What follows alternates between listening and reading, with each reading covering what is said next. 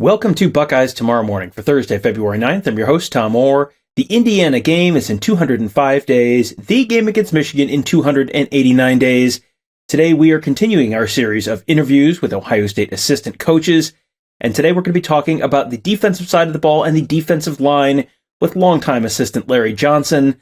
Larry Johnson is always one of my favorites to listen to because, number one, he sounds like his voice is just this soothing voice. I don't know what it is about him, but it is always just very nice to just listen to Larry Johnson talk about stuff. And not just that, but also because he's been around for a while. He has been around the block, not just at Ohio State, but around college football for decades now. He's kind of seen it all. He's been a part of some of the biggest defensive line players' careers in college football, and especially at Ohio State. The Bosa's, Chase Young, he has kind of seen it all. And now he's got a new crop of stars to develop. So we're going to be talking about a bunch of those guys today, as well as some sort of bigger picture stuff with recruiting and development and college football in general. So here we go with Larry Johnson. We're going to start with his evaluation of the interior of the defensive line last year. At times in the past, that's been a strength of Ohio State. At times in the past, that's been a weakness. Where did he feel the interior of the defensive line was this last season? I thought the inside guys played great. I really do. I thought they really played physical at the point of attack. They moved the line of scrimmage. They attacked. I thought there were factors in a lot of games, the way they played inside. Sharon, Ty, Talik, those guys inside, I thought did a great job playing. And that was kind of started early on. You saw that those guys could make a difference. It makes it easier for guys on the edge when you got guys penetrating. One of the reasons that the interior of that defensive line was so good last year was the emergence of Ty Hamilton. He kind of took over that nose tackle spot, which now leaves some question, okay, where does Mike Hall fit in all of this? He played nose last year as well. Tony Gerdeman, our buddy, asked Larry, is there any thought of moving Mike Hall over to 3-tech so you could start both Ty Hamilton and Mike Hall? We're not there yet. There's a possibility a lot of things can happen as we go forward. You try to get the best fit for the best guys. I thought Ty had a great year. He came in and really won the position. He really did. And they continue to play better down the stretch. So I think great things to him. I think Mike is a different dimension in what he can do. So we'll figure it out. But I think Mike's a starter somewhere, and we just got to find a place to get him on the field. But I think he'll be fine. Another player who has gotten a lot of attention in his first couple of years on campus is Jack Sawyer. He came in as a 5-star prospect, local kid out of Pickerington. Big immediate impact in the first true freshman spring game. Had 4 or 5 sacks, something like that in that spring game. So with his development now, he played some at that jack position, that stand-up, wander-around kind of position last year, as well as some at sort of the more traditional defensive end. Does Larry Johnson now want to see him kind of focus on one of those areas, maybe focus on being a just purely hand-in-the-dirt player this year? Yeah, that's long term. I could say that right now. Yeah, that's what I like to see happen. I think we have to work to the progress of that. We got to find out who's going to be our Jackson, the Leo guy, who's that's going to be, and what's the best fit. But I think that as we move that direction, I think there's some things we've got to take a hard look at where we want him to play. One of the other young standouts in that room is Caden Curry. He is someone who got just rave reviews all throughout the recruiting process after getting to Ohio State, and started making an immediate impact on defense as a true freshman. Now, you're not going to play a ton as a true freshman, but you started to see flashes from him last year, and now is he going to get another role? Does he maybe take on a bigger role at that defensive end position this year as well? He does. Caden will go into the offseason, number 2 in the depth chart, defensive end. I don't want to move him. I want him to learn how to play that position, play it well. And so I think he's got a good chance to really make a factor for us now as he's settled in going into the second year. Another second-year player who is starting to take his own role on the team is Hero Kanu. He's going to play on the interior of the line as opposed to Curry, who's going to be an end. But Kanu, he came from Germany. He's from Germany, came to California for about a year and played a little bit of high school football, but he's still pretty raw. But the physical tools and the possibility, the potential there, that's pretty intriguing. So where does things stand with Hero Kanu entering his second year as a Buckeye? He's made a lot of progress, I would say that. From the day one to where he is right now, it's night and day. He came in about 330. He's about 305 right now. His body fat has really decreased. His condition has gotten better. He's absolutely gotten stronger. Right now, he could be a 3 technique or a nose guard for it. He's a real powerful young guy on the inside, and I just can't wait to see what happens now for the first time. It's full spring, 15 days going to work, get him ready to go play. But I'm excited about it, to be honest with you.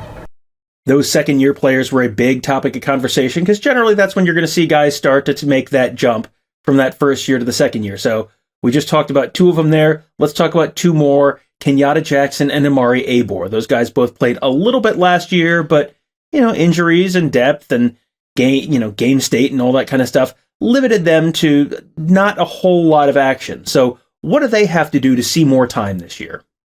Well, they flashed in the whole season. I really like KJ. KJ's done a great job for her. Has some really, really good pass rush ability. Amari's really strong, real physical guy. He's up to 265, coming in at 240. Real strong now, physical guy. And I think spring football is what it's all about. You get the chance to see those guys play a lot of football in the spring because that's what it's all about. And then I think coming out of spring, then I'll be able to answer that question for you. But I think I'm excited to see what happens with the young guys. 1 year after Larry Johnson was the only defensive coach still standing after an almost complete staff turnover, things have been more status quo on the defensive side of the ball this offseason. The only change there, so far at least, is James Laurinaitis coming in as a graduate assistant to run the linebackers. So what are Larry Johnson's initial impressions of James Laurinaitis? I know James from playing on the other side, coaching against him. I think he's for 2 days here, he's a Buckeye. He's a Buckeye. He's going to bring great value to what we're doing on linebacker room. But to our whole entire defense. He's a guy to play in the defense, understand what it means to be a silver bullet. So we've got a great history right beside us now. I can talk about that. I think that's really cool. And I'm looking forward to work with him. This is Larry Johnson, and this is the offseason, so that means people are contractually obligated to ask Larry Johnson questions about retirement. It feels like the Larry Johnson retirement rumors have been used against Ohio State in recruiting for years and years and years now, going back even to the Boses. Well, Larry Johnson's still here, so what does Larry Johnson think about all those questions about when he's finally going to step away? I always say this to myself. I wanted to coach Nick Saban and get all these questions about when he's going to retire. I bet does he get all those questions? Because every year is the same question, right? And every year I'm still here, so that should answer all of your questions. So you never have to ask me that. Yeah, you're nice to us. What's that? He yells at the meeting. You're nice to him. Yeah, but I'm just telling you. Until you see an empty chair here, then you know I'm gone. But I'm still standing here. I'm still here. So let's write. Coach Johnson's still here. And that's the story. And I promise you, when I do, I'm going to hurry up a huge press conference, right? And you're going to be the first guy going to tell. Slip away. Slip away in the dark, right? No. But here, I'm glad I'm here. I'm the purpose though. I'm here. It's all the same reason. Larry has always been a big force in recruiting, bringing in some of the top defensive linemen from not only around Ohio, but around the nation. However, in the last cycle, there was some concern that NIL may have played a role in Ohio State missing on a few big targets at defensive end at the end of the last cycle. So is Larry thinking about changing his approach now to recruiting in the brave new world of NIL? I think college football has changed the period, right? The NIL deal is real. That is real as it can be. And it's not going away, right? And so I still think it's about relationship and development. If those two pieces, if a kid doesn't want that, then you're probably not recruiting the right kid, right? Even though you get 5-star, 6-star, it doesn't really matter. Is that you want the right kid to be in the program. And that's what we're looking for, is the right fit. And that's still important to today's, to find the right fit. And sometimes that may not be the fit because he's looking for something different. But you want to get developed. You want to build a relationship with the family that you know that you're going to take care of your son. You know what I mean? You might want to look at Ohio State because that's what it's all about. One thing you will see people grumble about on Twitter during games is how Larry Johnson rotates his guys on the defensive line. He's always been big on rotating, but that means sometimes you're taking some of your best players off the field. And, well, you've got guys who you don't necessarily want to take off the field all the time. So how has Larry balanced that over time? To me, and this question comes up all the time. It's about where we are in the game and how tired, how physical he is in the game. You can play a guy 90 play. I remember coming in the first time in 2014. Joey Bosa played 865 plays during the course of his freshman year. And for me, walking out, I said, that is ridiculous. That's a lot of plays for a guy. So how many of those 865 plays was he at maximum speed? You know what I mean? Because it's hard for anybody to do that, right? And so you want to make sure you have enough time that you allow your players to play at maximum speed at all time. If he's just on the field and he's tired, he's not going to be a factor. You're not going to rush. You're not going to get off the ball. And that's key in a critical situation. And you say, well, just leave him on the field. He'll figure it out. Yeah. If he's tired, he won't figure it out. So it's still important. I think substitution has its moment. I think substitution have its place in college football. If you look across the country, we're not the only one that substitute guys. You know what I mean? We substitute guys because I want to play fresh. I try not to do it in tough situations, but I do trust my players. That's what you build in the room. You build a trust with your players, that you trust them on the field. And I think that's what makes my room different, because guys think there's accountability. Not just the guys who started, but the guy in the second group has to be pretty good too. That's why you're on the football field. Can that plan for rotation change during the course of the game? If you were going in saying a guy's going to play 30 snaps, can the game then dictate, like, well, that number's got to change, we got to throw the plan out, and we got to go with something all new during the game? I don't go in a game and say he's going to play 25 or 30 snaps. I don't do that. There's a rotation subs that I have that everybody wants, but I'm not going to give it to you. But I do have a plan. I know how many plays a kid can play at maximum speed. Why? Because I watch him practice every day. I watch it and get into 7-play drive. I know when he's ready to go, another 14-play drive. You guys don't see that. I see that in practice. So when you say, well, why is he substitute? Because I know there's a limit when that body is going to shut down. And I don't want to make sure he's on the field because he's hurt, he's tired, injury comes, because that's my fault. That's the worst thing that could happen. That I leave a guy on the field too long and like something happens, I won't sleep very well at night. One player heading into a contract year for Ohio State is JT Tuimoloau. He had a very impactful sophomore season, especially in that Penn State game.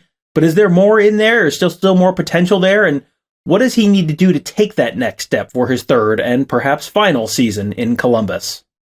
I think this is the jump.